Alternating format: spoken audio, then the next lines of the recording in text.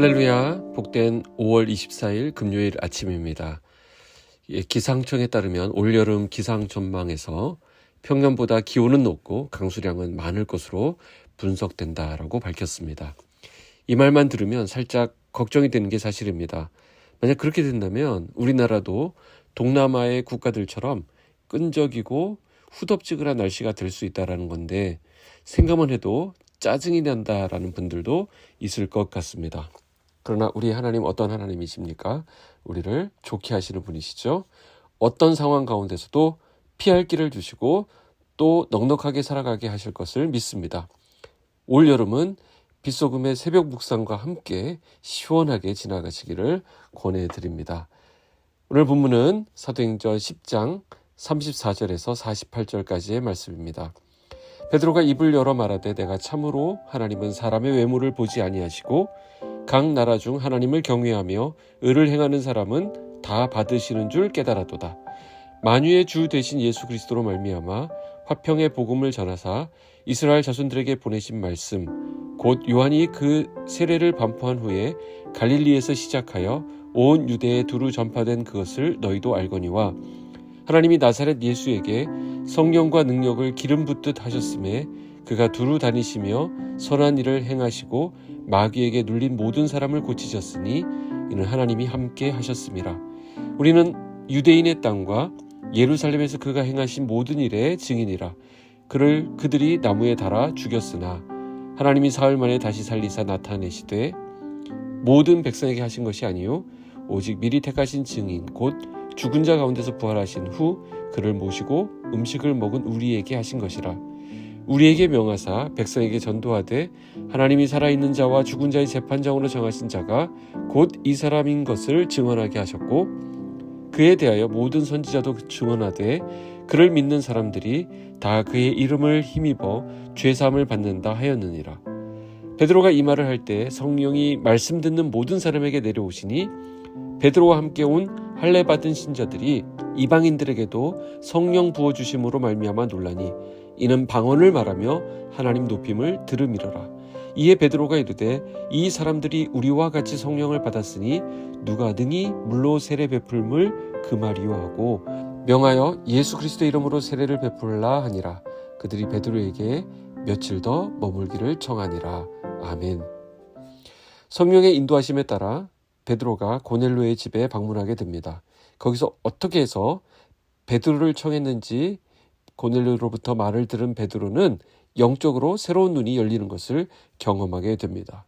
34절 35절에 보시면 베드로가 입을 열어 말하되 내가 참으로 하나님은 사람의 외모를 보지 아니하시고 각 나라 중 하나님을 경외하며 의를 행하는 사람은 다 받으시는 줄 깨달았도다. 베드로의 시야가 활짝 열리고 있습니다. 이제 베드로는 하나님이 보여주신 환상의 뜻이 무엇인지 하나님의 진리를 깨닫게 되었습니다. 베드로는 하나님께서 사람을 외모로 가리는 분이 아니시며 하나님을 두려워하며 의를 행하는 사람은 어느 민족이든 관계없이 다 받아주신다는 것을 깨닫게 되었다라고 말합니다. 이제까지 베드로는 유대인의 전통과 율법 그리고 선민의식에 사로잡혀 있었던 것입니다. 그것이 당시 유대인들의 문화였고 베드로를 비롯한 모든 유대인들이 그렇게 생각하고 있었습니다. 그런데 베드로는 하나님이 보여주신 환상을 통해 하나님이 주신 메시지가 무엇인지 이제야 정확히 깨닫게 되었다라고 말합니다. 베드로가 깨닫게 된 것은 하나님은 사람의 외모를 보지 아니하신다라는 말씀입니다. 이것은 고넬료가 워낙 인물이 안 좋아서 외모를 안 보신다는 뜻이 아닙니다. 하나님은 사람과 사람 사이에 절대 벽을 놓지 않는 분이라는 의미입니다. 사람과 사람 사이의 장벽, 그것은 하나님이 원하시는 바가 아닙니다. 그걸 누가 세웠습니까? 인간들이 그렇게 세워놓고 서로 미워할 뿐입니다. 하나님의 부르심에는 그래서 차별이 없는 것이죠. 35절에서 베드로가 깨달은 것이 바로 그것입니다. 하나님을 두려워하며 의를 행하는 사람은 그가 어느 민족에 속하여 있든지 다 받아주신다라는 것입니다. 유대인들뿐 아니라 이방인이라고 멸시하던 그 민족들도 하나님을 경외하고 의를 행하면 기뻐 받으신다는 사실이죠.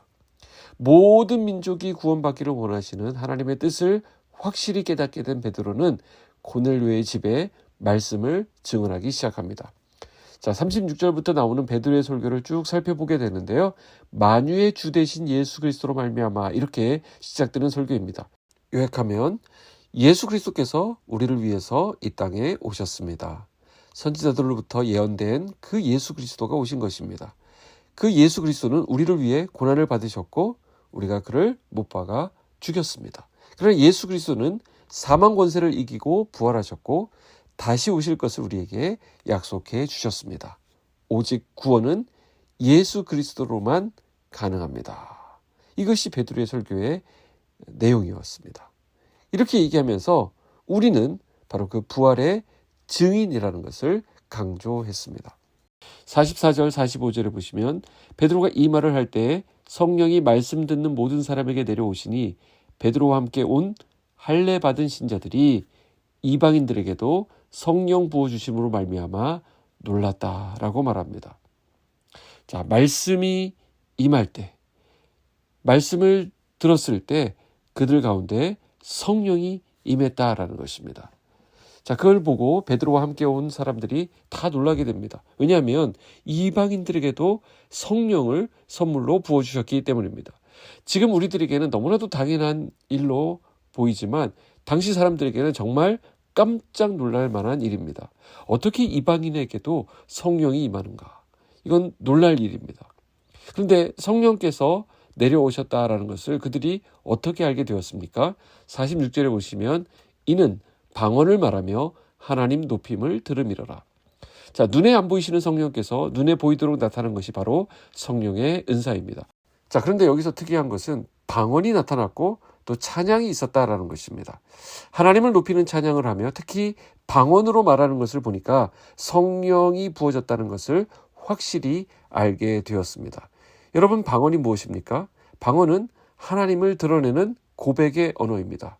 또 찬양이 무엇입니까? 찬양은 하나님을 높이는 기쁨의 언어입니다. 성령께서 나와 함께 하신다는 표징은 바로 나의 입술을 통해 고백되는 하나님에 대한 그 언어에 있습니다. 축복합니다. 오늘 저와 여러분의 입술을 통해 하나님을 고백하고 하나님을 찬양하는 언어들로 가득한 그런 성령 충만의 모습이 나타나기를 축복합니다. 47절 48절입니다. 베드로가 이르되 이 사람들이 우리와 같이 성령을 받았으니 누가 능히 물로 세례 베풀물 금하리요 하고 명하여 예수 그리스도 이름으로 세례를 베풀라 하니라. 그들이 베드로에게 며칠 더 머물기를 청하니라. 자, 성령 받은 것이 너무나도 확실하게 나타나니까 베드로가 먼저 제안합니다. 그리고 그들에게 세례를 베풀기로 합니다. 성령 충만한 사람들이 보여주는 또 다른 모습이 오늘 본문에 더 나오는데요. 그게 무엇인가요? 48절에 나오는데 그들이 며칠 더 머물기를 청했다라는 것입니다. 자, 세례를 받고서 이 이방인 형제 자매들에게서 터져나오는 감격스러운 요청을 우리가 보게 됩니다. 우리와 함께 며칠 더 머물러 주십시오. 지금 한 성령, 한 세례를 받은 데서 더 나아가 이제는 한 교제로 나아가고 있습니다. 유대인과 이방인 사이에 절대로 넘어갈 수 없을 것 같았던 이 편견의 장벽이 무너지고 있는 것입니다. 고넬료에게는 이 베드로와의 만남이 그의 인생의 새로운 전환점이 되었습니다. 베드로와의 만남을 통해서 고넬료뿐만 아니라 그와 함께 있었던 모든 사람들은 세상의 허망한 옛 삶을 벗어던지고 예수 그리스도 안에서 완전히 새로운 생명의 삶을 시작하게 되었습니다. 그래서 베드로로부터 조금 더 말씀을 듣고 조금 더 함께 교제하고 싶었던 마음이 생겼던 것입니다. 얼마나 놀랍고 아름다운 장면입니까? 오늘 저와 여러분의 삶을 통해서 이런 일들이 많이 일어났으면 좋겠습니다. 그 누군가는 저와 여러분을 통해 하나님을 소개받고 새로운 삶을 시작하는 생명의 역사가 나타나는 꿈을 우리가 갖기 원합니다. 이런 은혜가 풍성하게 나타나기를 주님 이름으로 축복합니다. 기도하겠습니다. 하나님 아버지 감사합니다. 아무런 자격도 없는 저희를 사랑하여 주셔서 예수 그리스도를 보내주시고 십자가의 사랑을 베풀어 주심에 감사합니다. 스스로는 복음을 알 수도 깨달을 수도 없었던 우리를 구원하시기 위해 복음이 전파되게 하시고 성령을 보내셔서 우리의 마음의 문을 열어 믿음을 부어주시니 감사합니다. 사랑의 하나님, 주께서 십자가에서 허무신 그 담을 우리가 다시 쌓고 있지는 않은지 회개합니다. 주님, 저희를 긍휼히 여기셔서 복음의 은혜로 주신 그 평화를 우리가 회복하게 하시고 또한 누리게 하여 주시옵소서. 예수님의 이름으로 기도하옵나이다. 아멘.